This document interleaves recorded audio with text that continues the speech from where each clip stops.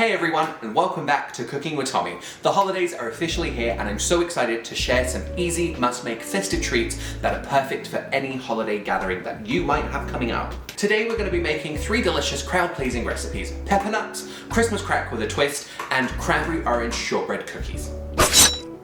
Whether you're a baking pro or just looking to impress with some fun holiday goodies, these are all super easy to make and totally festive. So let's get cooking. Oh my god. So let's get cooking. Wow, wow, wow, wow, wow, wow.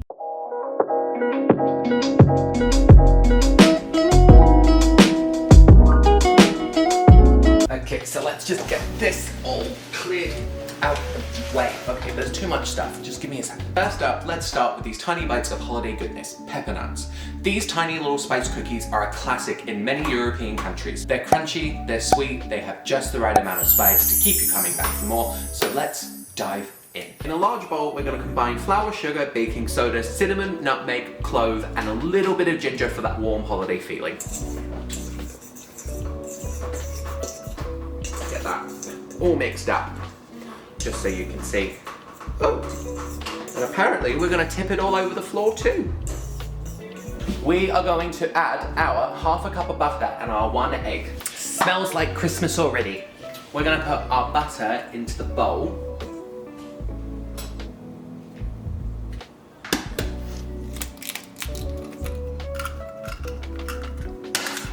And now we're just going to mix it all together. It says it wants me to blend it, so I'm going to get my mixer.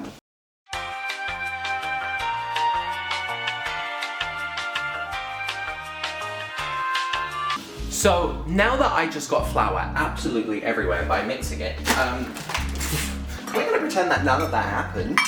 Now we're just going to crumble everything together. I feel like you need something.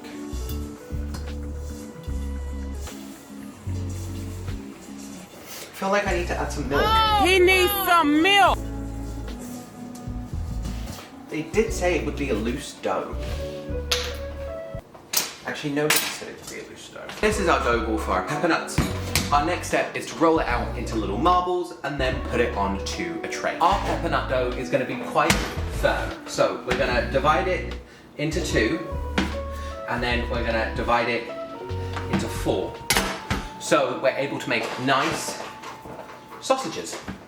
Now that we have our peppernut sausages, we're going to line a baking pan and preheat the oven to 350. Whilst that is heating up, we're going to essentially just cut them into little sausages. They'll look like this, and you'll put them on a tray.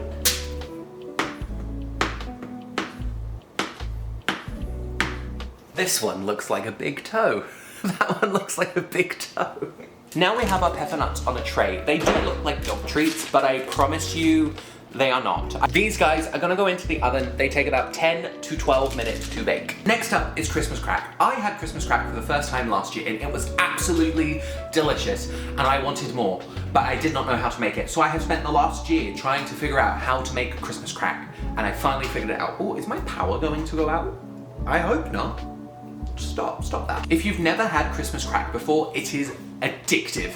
Like, so addictive. You take a piece, you'll go back for more, and you will keep on going back until there is nothing left. You get the sweet and salty, buttery goodness from the toffee, you have the saltine cracker on the bottom, and then on top is like semi-sweet chocolate, which is absolutely delicious. I'm gonna be adding peppermint on there because peppermint just makes the holidays seem like the holidays. I am a sucker for a peppermint mocha, and I have a feeling this is gonna make the Christmas Crack taste like a salted caramel toffee latte with peppermint, and it's gonna be absolutely delicious.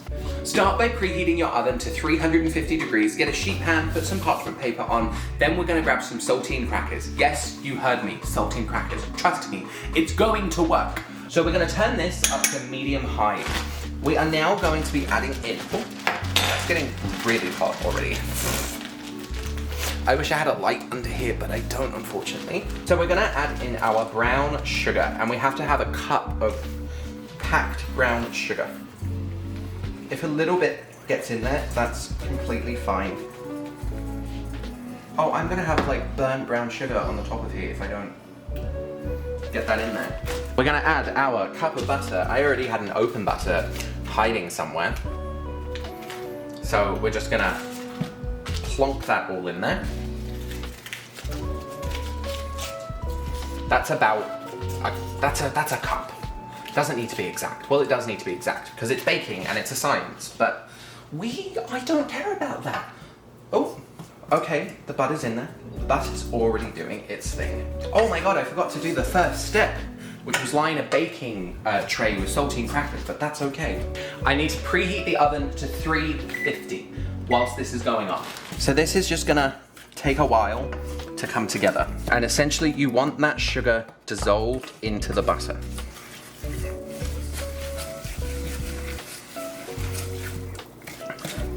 You want to mix this until the sugar granules have completely dissolved, and there's a very, very fine line of when that happens. Make sure you continuously move this because otherwise it's just gonna burn and then you'll have a sticky mess to clean out the bottom of your pan, and burnt sugar tastes absolutely gross and you don't wanna eat that really. So you're just gonna mix this for forever.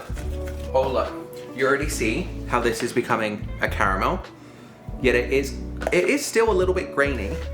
So we have our saltines. I'm using Premium Plus saltines. Oh, that's so nice. It opens so well. I don't think that's how I was supposed to open it, but you know what? We live and we learn. So I got one sleeve of saltine crackers. We have our sleeve of saltines in here, and we're just gonna make sure we line this. It doesn't have to be lined absolutely perfectly. You can line this whatever way you want. You can do them one upside down, right way up, whatever. These saltines are gonna be pretty salty, everybody, because they are saltines after all. Oh, we have one extra one.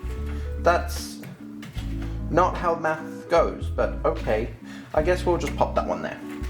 Bring to a boil without stirring. Well, I'm already stirring it, so what are you gonna do about it? So this is slowly starting to come together, and you see how thick it's getting? Just continue doing that, and it's still quite grainy. So we're just gonna let that sit on a medium-high heat until it comes to a boil. This should take 3 to 4 minutes. So if you wanted to add a little bit of salt here, you can make this into salted caramel. I feel like I'm just gonna add a teeny little bit of salt in there, just to kind of bring it together, which brings out the flavor of the sugar just a little bit more. You see those bubbles? This is what we want. Once it's at this stage, you take it off the heat.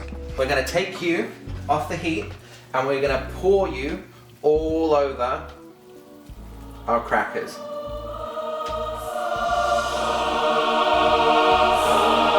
from the outside and work your way in. And then scoop out the rest. Oh, ow! Oh my God, oven. Yes, I know, shut up. So we have our caramel on here with the back of the spoon that you just used. You're gonna try and, actually you can use this extra cracker if you buy the same brand. Just spread it out. Do not touch this, it is hot, it will burn you. I got a little bit on me and I almost swore in my YouTube videos. I almost said so let's not do that. We're just gonna spread this out. You wanna try and get it, I'm gonna say as even as possible. You want some thicker bits on there, you want some thinner bits on there. But, oh! Please don't burn me. That was rude as f***. My camera decided to die, so minor technical difficulties. Once this is spread out, you're then going to, I'm gonna save this one, I'm gonna try it. I'm just gonna put that there. This now goes into the oven for 5 to 7 minutes. Good luck. Please keep an eye on this. You're then gonna put it in the oven, you're gonna bake it for 5 to 7 minutes until you see the toffee starting to bubble and boil. I don't have a bag. I don't have a bag. That's fine. That's a-okay with me. So we have our Santa's Secrets candy canes. There we go. Beautiful. So we have our candy canes, which we are now, I think we should do like 4.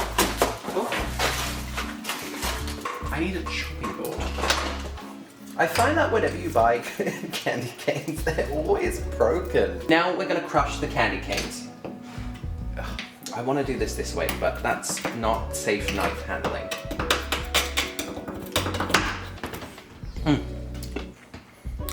It's still quite grainy. I could have done it a lot longer. Is that a bead of sweat running down my nose right now? Where are you?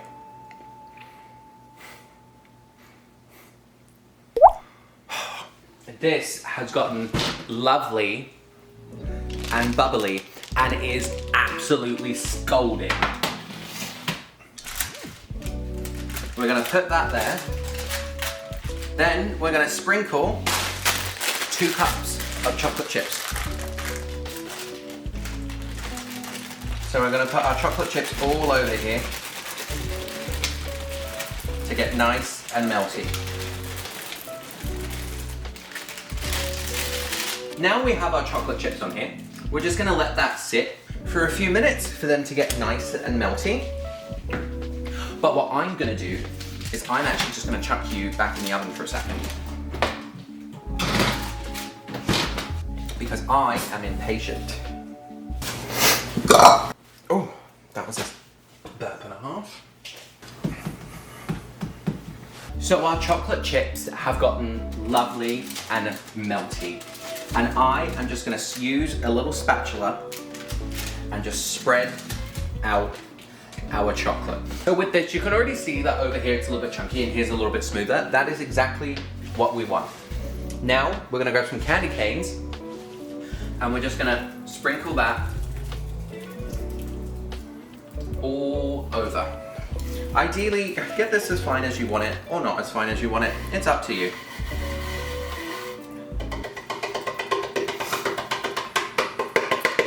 Sprinkle that all over there. Oh, there's some more chocolate chips.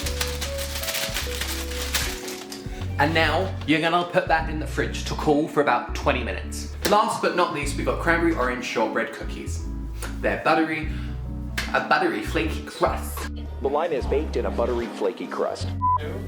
Baked on a buttery crust. A buttery, a little bit. Baked on a buttery crispy crust. Flaky. I like flaky again. And last but not least, we got Cranberry Orange Shortbread Cookies. They're buttery, they're crumbly, and the cranberry orange gives them such a nice fresh twist for the holidays.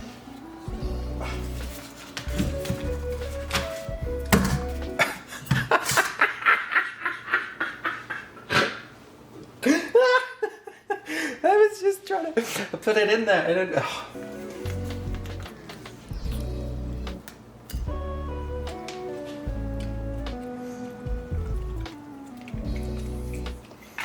We're gonna start by creaming together our butter, powdered sugar, and a little bit of vanilla together until it's nice and smooth.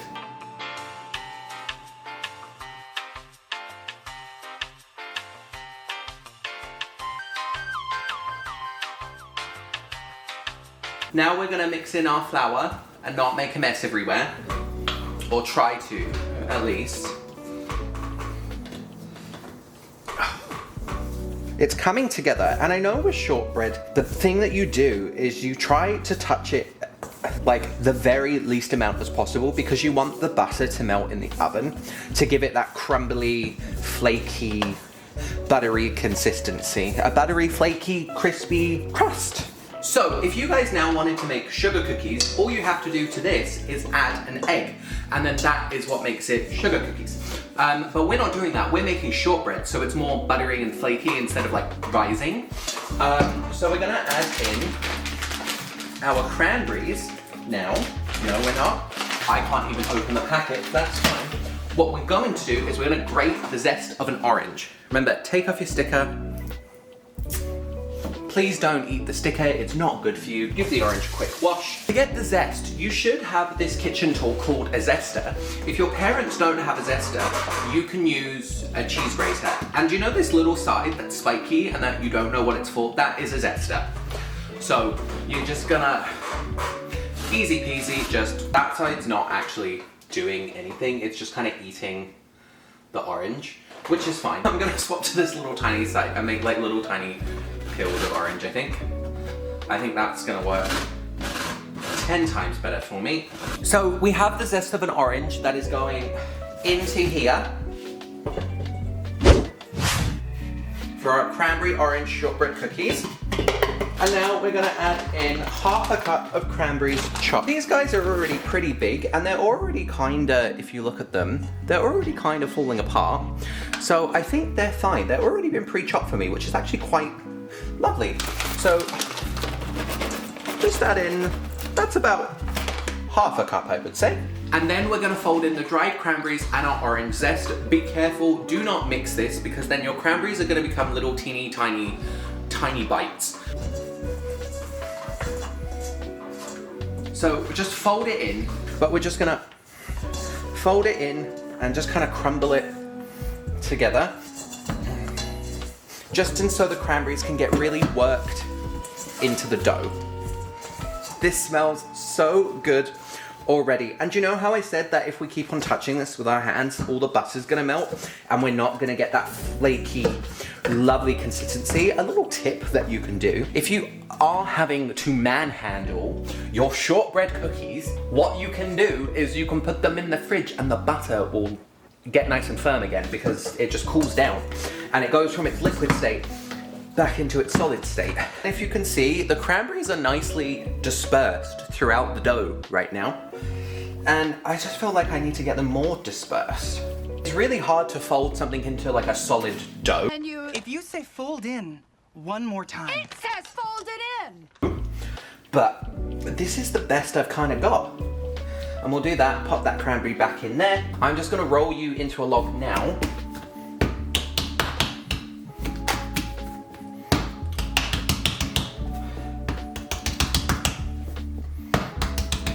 So then after this sets up, I can now cut cookies from it. The shortbread has been in the fridge for the last little bit and it has hardened up. Give you a nice little ASMR. It's hardened up quite nicely. We're gonna cut them into like nice little shortbread squares. And we'll do them about an inch thick. Look at that! So now we have our shortbread slabs. They are gonna go on a baking tray. Shortbread doesn't really expand that much. These guys are going in the oven. They will take 12 to 15 minutes, everybody. You can go bottom, and you can go top. Okay, come on, in the oven you go. Okay, good luck. See you soon.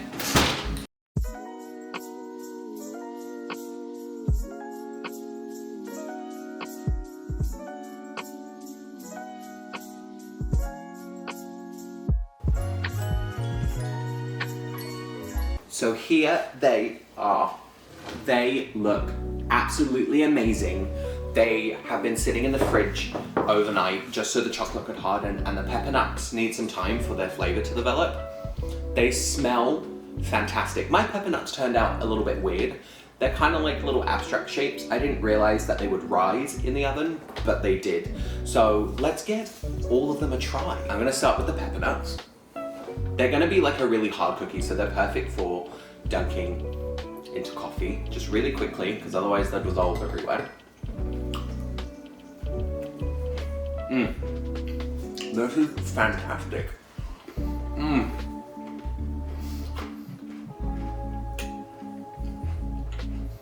So good. And here is the Christmas crack. Some of the Christmas crack has more peppermint on than others, and that is completely fine because I like a peppermint bite. Which one do I try? I think I'm gonna try this one. Ooh.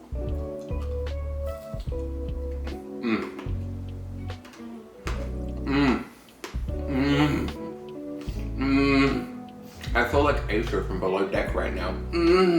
Coming from someone who proclaims very loudly every time they love food.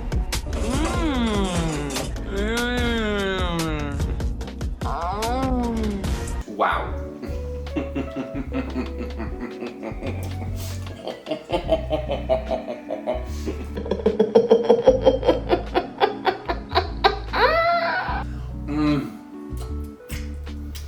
guys are absolutely delicious. Here are my Cranberry Orange Shortbread slabs.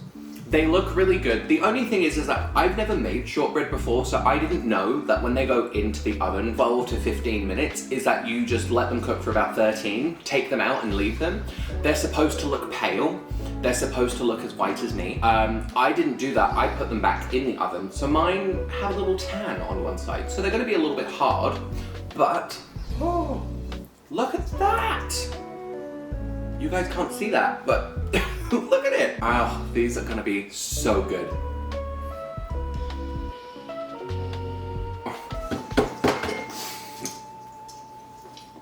I'm so happy.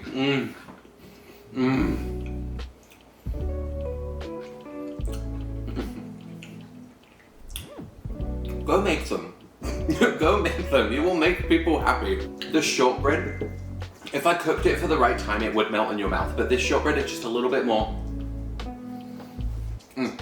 has a little bit more of like a bite to it. So it's not really melting in your mouth or crumbling in your mouth. It's that good, like, dense cookie. That isn't gonna go everywhere. These are phenomenal. This is what you need to show up to your work's Christmas party with this Friday. Do it. Go do it. Bring it to school. Like, surprise people. Show them how much you love them. So there you guys have it. 3 easy festive holiday treats that are perfect for any celebration or enjoying with your friends and family. I hope you guys give these a try and let me know which one is your favorite. I think that the Peppermint Christmas Crack is gonna be phenomenal this year, and people really need to get on it as giving little gifts. It's super easy to make. It takes about 20 minutes. And then it cools for an hour, and then you break it up, put it into little bags. People are going to love it, and especially if they love peppermint, they're gonna love that little freshness. Thank you for joining me in the kitchen today. I hope you guys have had a wonderful time, and I will see you guys in the next one. Bye.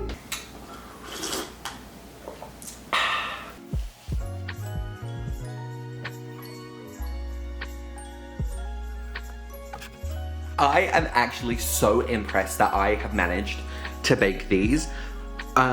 You know I am not a baker, and I mess everything up when I try and bake. But these little bad boys, turned out amazing! I'm so happy.